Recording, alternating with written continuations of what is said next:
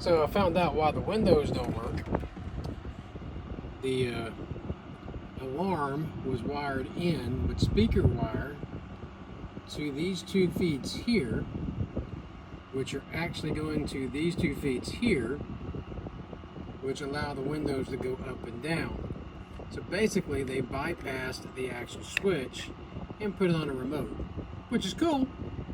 And back in the day when we built cars like this, you know, we didn't have all the fancy stuff, so we actually used window switches and made shit happen. So that's what they did. And got nice infinity speakers in this door too, which is good.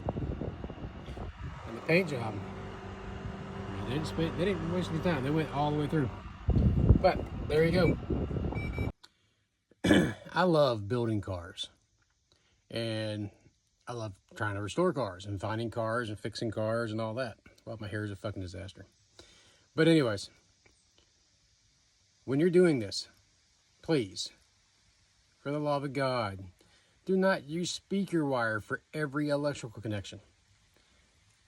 When somebody else messes with a car and you find it and you go to restore it, you have to tear apart the entire car to figure out where every wire goes. Speaker wire usually goes for speakers, so you don't worry about them. But when everything from window switches to door locks to sunroofs to speakers to lights is all run with the exact same style speaker wire, it makes it very hard to diagnose and figure out what the hell is going where without tearing it apart. Show you what I'm talking about.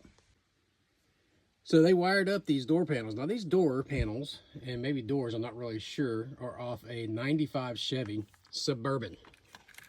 And I know that because it has back windows. It also has, there it is, the lockout to make it where you can't roll down the back windows. Guess what? These do not have back windows. This is the electric, This is just slide out window and back that, bench seat. But they use speaker wire to bypass the locks to go to the door, to go to the alarm system that was all down here. Remember that jangled mumble mess that was down there?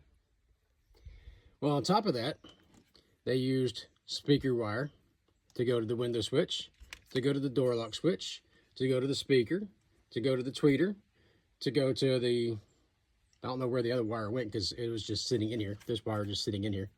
And as you can see, I'm pulling wire out. There's some in the trash. I'm pulling wire out. I still have this wire here to figure out where it went, this wire to figure out where it went, all these wires over there to figure out where they went. There's still a couple more speaker wires underneath the dash to figure out where they go. They had one speaker wire that I pulled out, running up, following the channel, coming up here, and tapped in to the sunroof. Now the sunroof don't work right now. I don't know if it's the motor's bad, or if they screwed up the wiring, or they disconnected the main power. I don't know. I've got to figure that out. Quit using speaker wire for everything. Speaker wire is for speakers. Yes, it will work, but it makes it very hard when trying to fix, repair, diagnose, or just plain and simple, start fresh. Quit using speaker wire for everything. Oh, and another thing. Don't tap into every single wire into one. Let me show you. Way too many connections on one wire. Way too many connections. I already pulled some off that were up in the dash. Way too many connections. Can be a fire hazard. It's going to be very bad. If you need this many connections, do a distribution block. Now, again, this truck was built back a long time ago. A lot of things weren't available back then. So we had to use what we could. Previous owner, builder of this truck, he built this truck right for the day. People have asked me, am I going to keep it 90s? Yes, I am. When it comes to the exterior paint job, the interior design, the setup I'm going to do for the system, it's all going to be 90s style. Now, the actual wiring, I'm going to fix it. I'm going to update it to what it needs to be. Right now, I'm doing a couple of things just to diagnose. I would never use this style of connector in a car. Never. There's a ton of these through this car. And I admit, I had to use them last night just so I can make this window work. But I'm going to unpin that wiring harness. I'll repin it. I'll put the correct wires in. That way they match. Yes, I used a little speaker wire just to make it so it actually fit. I'm going to do the same thing on the passenger door. This is a temporary fix. Temporary only. I will fix it and make it right.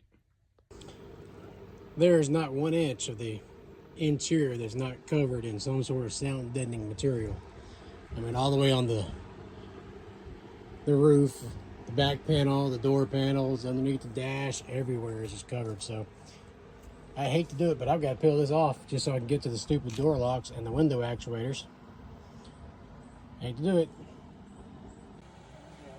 Alright, so I'm working on this electric sunroof, and I'm trying to figure out the wiring harness situation, and I can't find it online. Does anybody have any information? I'm going to flip the screen in just a second and show you what I'm working with. I have confirmed that do have 12 volts to this. You can see right here. There's 12 volts going to the blue wire. The yellow wire, when I trace it back, all the way back down over to here, previous owner, oops, if I can get that focus, just hid the yellow wire in the actual loom, and you have a constant 12 going underneath the dash, and then a fused ground. Now, they also fused a ground here. He likes fuses. He did a shit ton of fuses. But you have the yellow and blue wire coming down into the switch panel, which does go into the actual brain here. These two wires go on the other side of the brain, run the motor.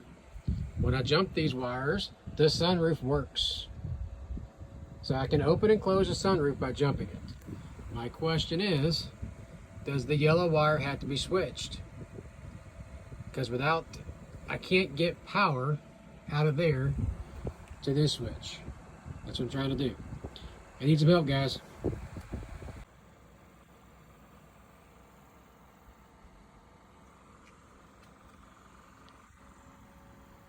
Thank you for watching. Like, share, follow, whatever. Hope it helps. Sorry I had a rant.